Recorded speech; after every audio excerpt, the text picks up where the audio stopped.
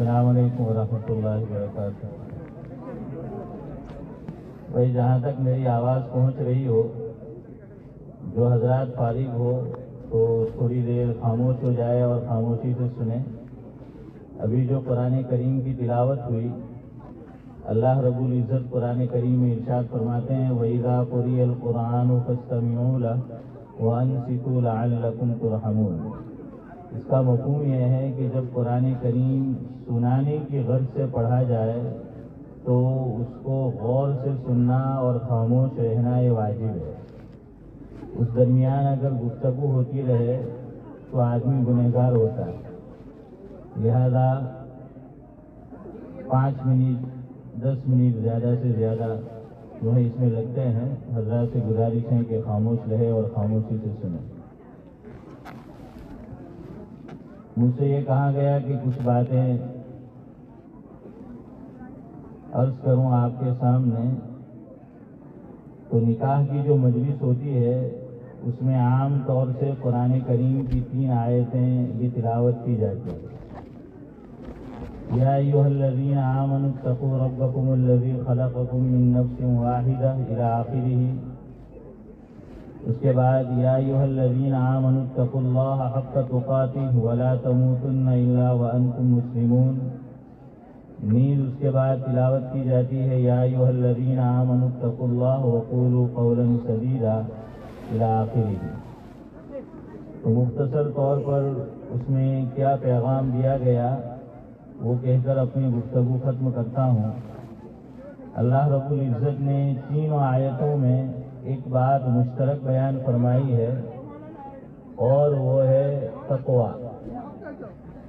تقویٰ اس کی مختلف تعریفیں کی گئی ہے۔ آسان تعریف اس کی ایک یوں بھی کی گئی ہے کہ تقویٰ کہتے ہیں رب چاہی زندگی گزارنا۔ آدمی دنیا میں 2 طرح کی زندگی گزارتا ہے، ایک من چاہی اور دوسری رب چاہی۔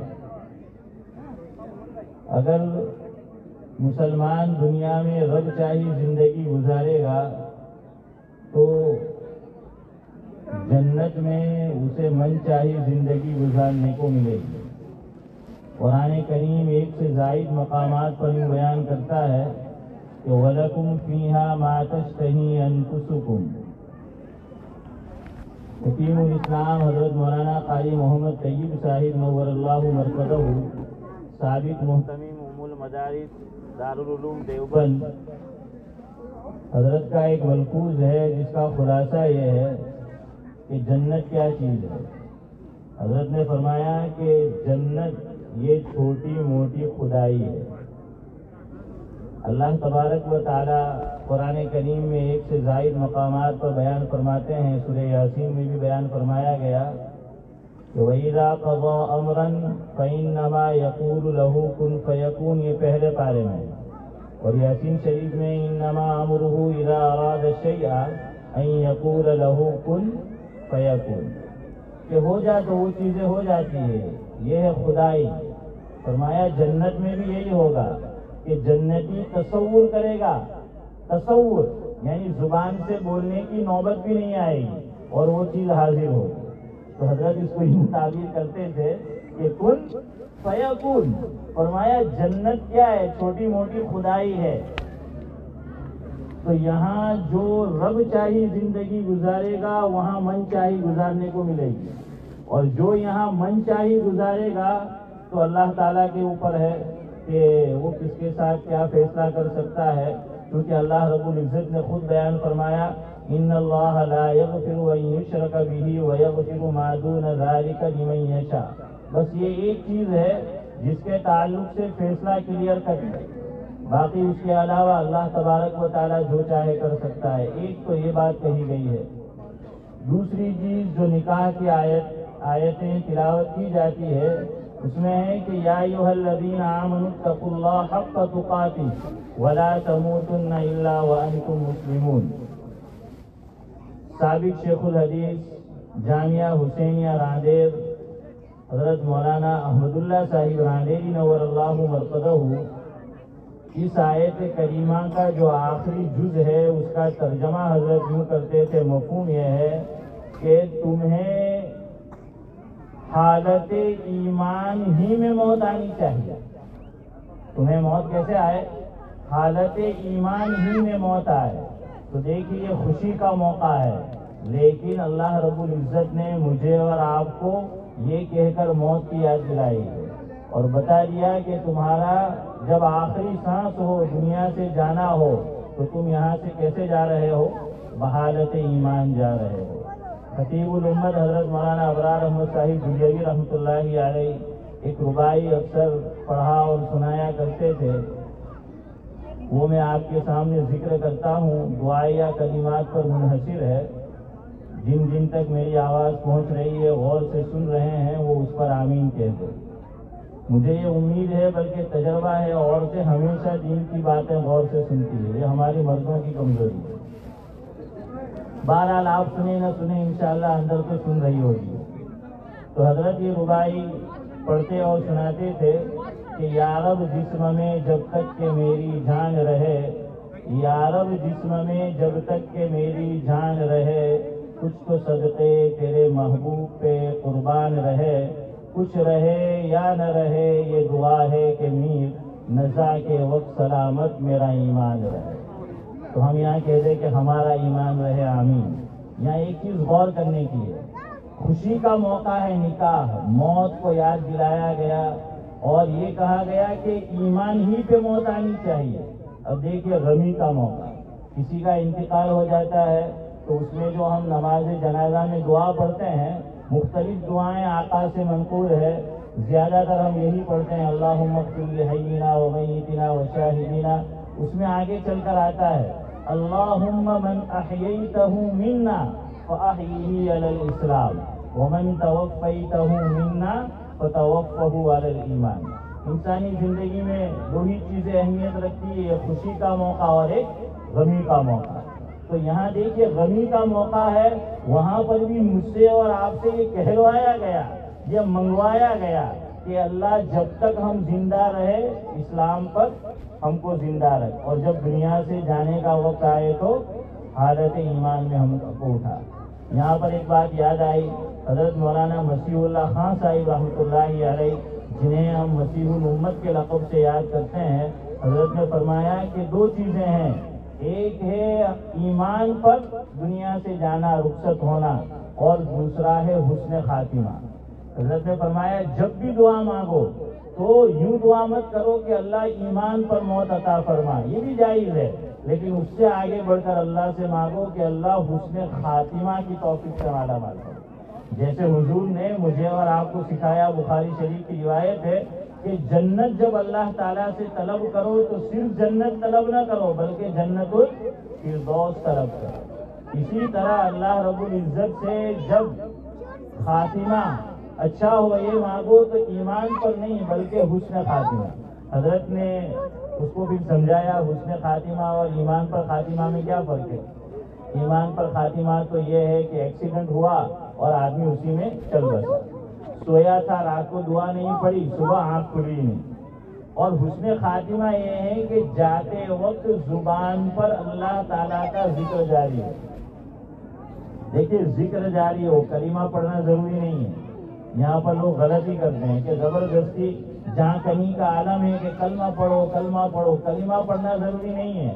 اور خاتم المحدثین علامہ انور شاہ کشمیری نور اللہ مرقدہ کا ملفوظ ہے، جس کا مفہوم یہ ہے کہ یہاں پر مرنے والے کو جو تلقین کرنی ہے پورا کلمہ بھی نہیں، کیوں حدیث میں یہی آیا ہے کہ تلقین کسی کرنی ہے، صرف لا الہ الا اللہ ہے۔ پوچھ لیجیے حضرت مولانا سے استاد مکرم سے، محمد الرسول اللہ نہیں ہے، کیوں؟ جہاں کہیں کا عالم ایسا سخت ہوتا ہے، اللہ تعالیٰ میری آپ کی سب کی حفاظت فرمائے، تو فرمایا مختصر جملہ رکھا کہ لا الہ الا اللہ محمد الرسول اللہ اس میں شامل ہو گیا، یا پھر کوئی بھی جملہ جو ذکر پر مشتمل ہے تو اسے حسن خاتمہ کہا جائے گا۔ یہ دوسری بات۔ تیسری چیز جو آیت کریمہ تلاوت کی جاتی ہے تو وہ یہ ہے کہ یا ایھا الذین آمنوا اتقوا اللہ وقولوا قولا سدیدا۔ اس میں سب سے پہلے میری کوتاہی ہے، اللہ تعالی ہم تمام کو عمل کی توفیق دے زبان پر میرا اور آپ کا کنٹرول نہیں ہے. قولاً سدیدہ سے ہم سب محروم ہیں. دیکھیے یہ سکھایا گیا. نکاح عام طور پر جو ٹوٹتے ہیں اس میں زیادہ تر یہی چیز ہوتی ہے کہ زبان کنٹرول میں نہیں ہوتی. زبان یہ کنٹرول میں نہیں ہوتی، اس لیے سکھایا گیا کہ بھئی کیا ہے، اچھی گفتگو کرے، اچھا کلام کرے. حضرت مولانا ابرار احمد صاحب بریلوی رحمۃ اللہ علیہ ایک شعر سناتے تھے کہ خدا کو ناپسند تھی سختی زبان میں، خدا کو ناپسند تھی سختی زبان میں، اس لیے پیدا نہ کی ہڈی زبان میں. تو انسانی جسم جو ہے اس میں دو اعضاء ایسے ہیں جو بڑے قیمتی ہیں اور اس میں ہڈی نہیں ہے. ایک ہے زبان، دوسرا ہے دل. تو اللہ نے یہ سکھایا کہ بھئی ہم نے اس میں ہڈی تک کو گوارا نہیں کیا، اور ہم لوگ ہڈی نہیں ہڈا بنا دیتے ہیں. دل بھی ہم توڑ دیتے ہیں اور زبان سے نہ کہنے کے کلمات کہتے ہیں. اسی لیے حدیث پاک میں آیا مفہوم ہے کہ ہر روز جب صبح ہوتی ہے سارے اعضاء کیا کرتے ہیں، زبان کے سامنے نست مستق ہو جاتے ہیں، ہاتھ جوڑ کر کھڑے ہو جاتے ہیں اور اسے عرض کرتے ہیں بھائی تو سیدھی چلنا، تو سیدھی چلی تو ہم محفوظ رہیں گے، اور اگر تو سیدھی نہیں چلی تو خود تو چھپ جائے گی. قید خانہ ہے نا، 32 محافظین ہیں، ہاں تو خود تو چھپ جائے گی اور اڑکا اپڑا ٹوٹے. تو بہرحال اس کی بھی بہت ضرورت ہے اللہ تبارک و تعالیٰ. اسی لیے دیکھیے حضور نے، ایک صحابی نے پوچھا کہ حضور نجات کا راستہ کیا ہے؟ حضرت عقبہ بن عامر رضی اللہ تعالیٰ نے 3 باتیں حضور نے فرمائی کہ اپنے گھروں میں محفوظ رہو، اور گناہوں پہ خطاؤں پہ رویا کرو، اور تیسری بات کہ زبان کو کیا کرو، کنٹرول میں رکھو، اچھی بات جو ہے کہو. ایک روایت میں حضور نے فرمایا من صمت نجا، اور یوں بھی ہے من سکت نجا، او کما قال علیہ الصلوۃ والسلام، جو خاموش رہا اس نے نجات پائی. شاعر کہتا ہے لب خاموش کا جہاں میں بول بالا ہے، لب خاموش کا جہاں میں بول بالا ہے، یہاں وہی محفوظ ہے جس کے منہ پہ تالا ہے. لیکن تالا نہیں ہے، نہ ہماری زبان پہ تالا ہے نہ اللہ تعالیٰ ہے. دونوں چیزیں جو ہے وہ نہیں ہیں. تو تالا اور اللہ تعالیٰ کی ضرورت ہے. مولانا مسیح اللہ خان صاحب رحمۃ اللہ علیہ کا ملفوظ ہے کہ پہلے زمانے میں بہت مجاہدے کراتے تھے شیوخ. فرمایا 3 چیزوں پہ زور دیا جاتا تھا، کم گفتن، کم خفتن اور کم خوردن.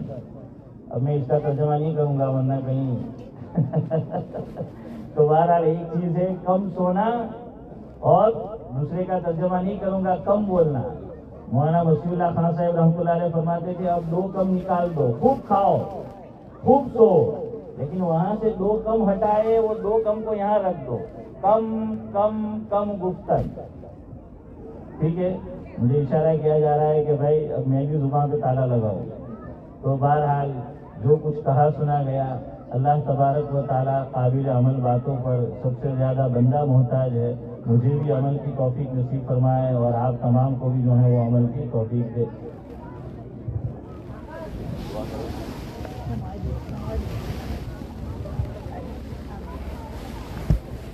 بھائی دعا کر لے، جو حضرات شامل ہونا چاہے شامل ہو جائے، مختصر ہوگی انشاءاللہ.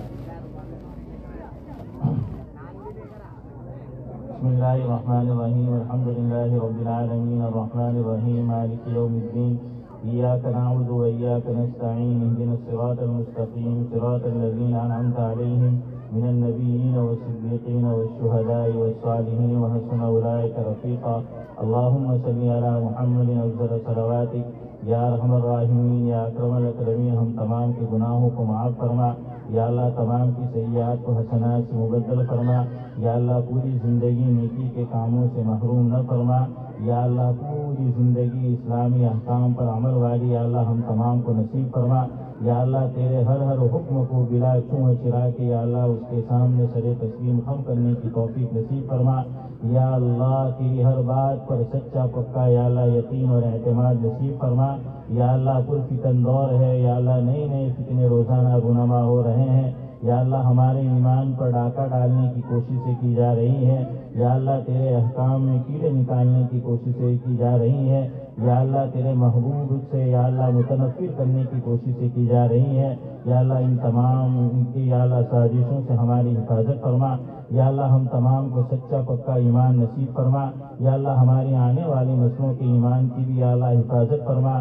یا اللہ ان کی ایمان کی بقا کے لیے جو ظاہری اسباب کی ضرورت ہے یا اللہ ہمیں اس طرف متوجہ فرما، عافیت کے ساتھ اسے اختیار کرنے کی یا اللہ توفیق نصیب فرما، یا اللہ جتنی بھی نکاح اب تک وجود میں یا اللہ آ چکے ہیں یا اللہ ان تمام کے اندر آپ نے جو خیر و برکت ڈالی تھی اس نکاح کے اندر بھی یا اللہ نصیب فرما، یا اللہ آپ نے جو محبت حضرات انبیاء کرام علیہم الصلاۃ والسلام یا اللہ ان کی بیویوں کے درمیان عطا فرمائی تھی، یا اللہ جو محبت حضرات صحابہ کرام اور صحابیات میں تھی، یا اللہ جو بزرگان دین یا اللہ اور ان کی بیویوں میں تھی، یا اللہ اس کا کچھ ذرہ انہیں بھی یا اللہ نصیب فرما، یا اللہ آپس میں خوب محبت محبت یا اللہ نصیب فرما، یا اللہ ان دونوں کے ملنے کو دونوں خاندانوں کے ملنے کا ذریعہ بنا، یا اللہ آپس میں پہلے سے رشتہ داری کی یا اللہ مزید اسے مستحکم فرما، یا اللہ مزید یا اللہ محبت یا اللہ نصیب فرما، یا اللہ ہسبند وائف کو دونوں خاندانوں کے ہر یا اللہ بڑے افراد کی یا اللہ بڑے حضرات کی یا اللہ ادب کرنے کی توفیق نصیب فرما،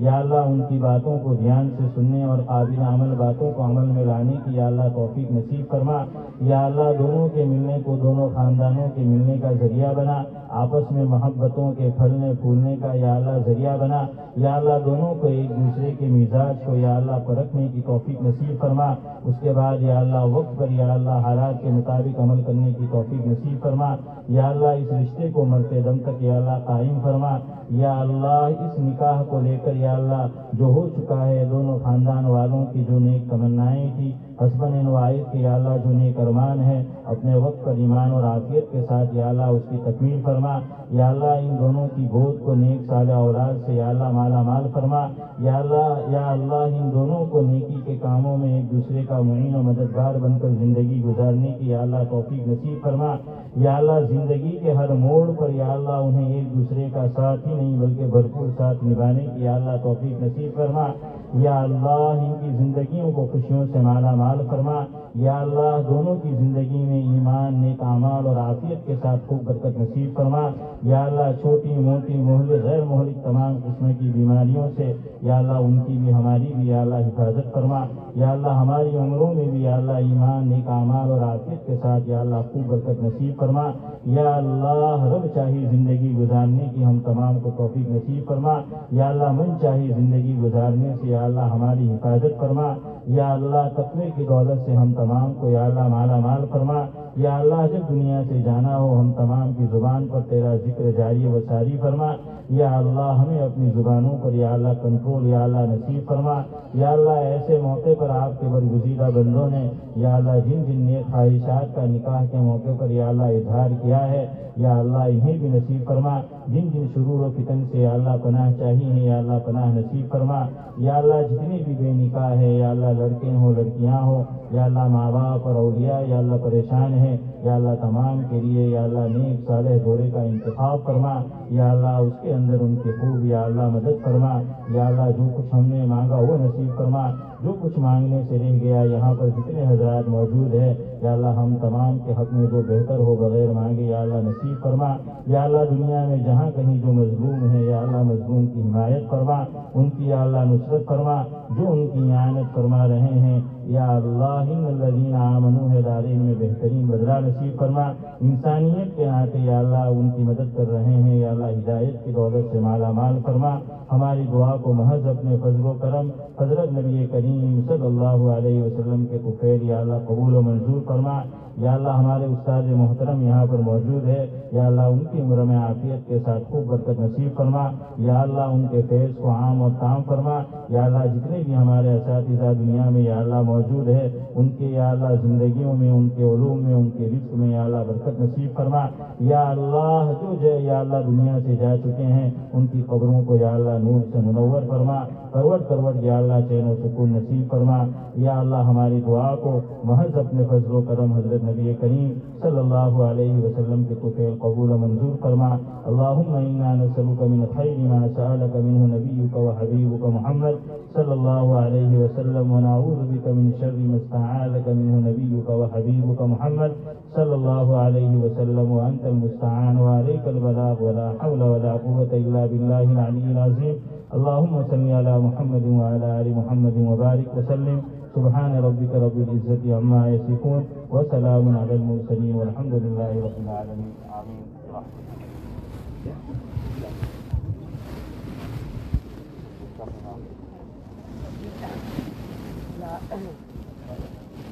Yang lah beda.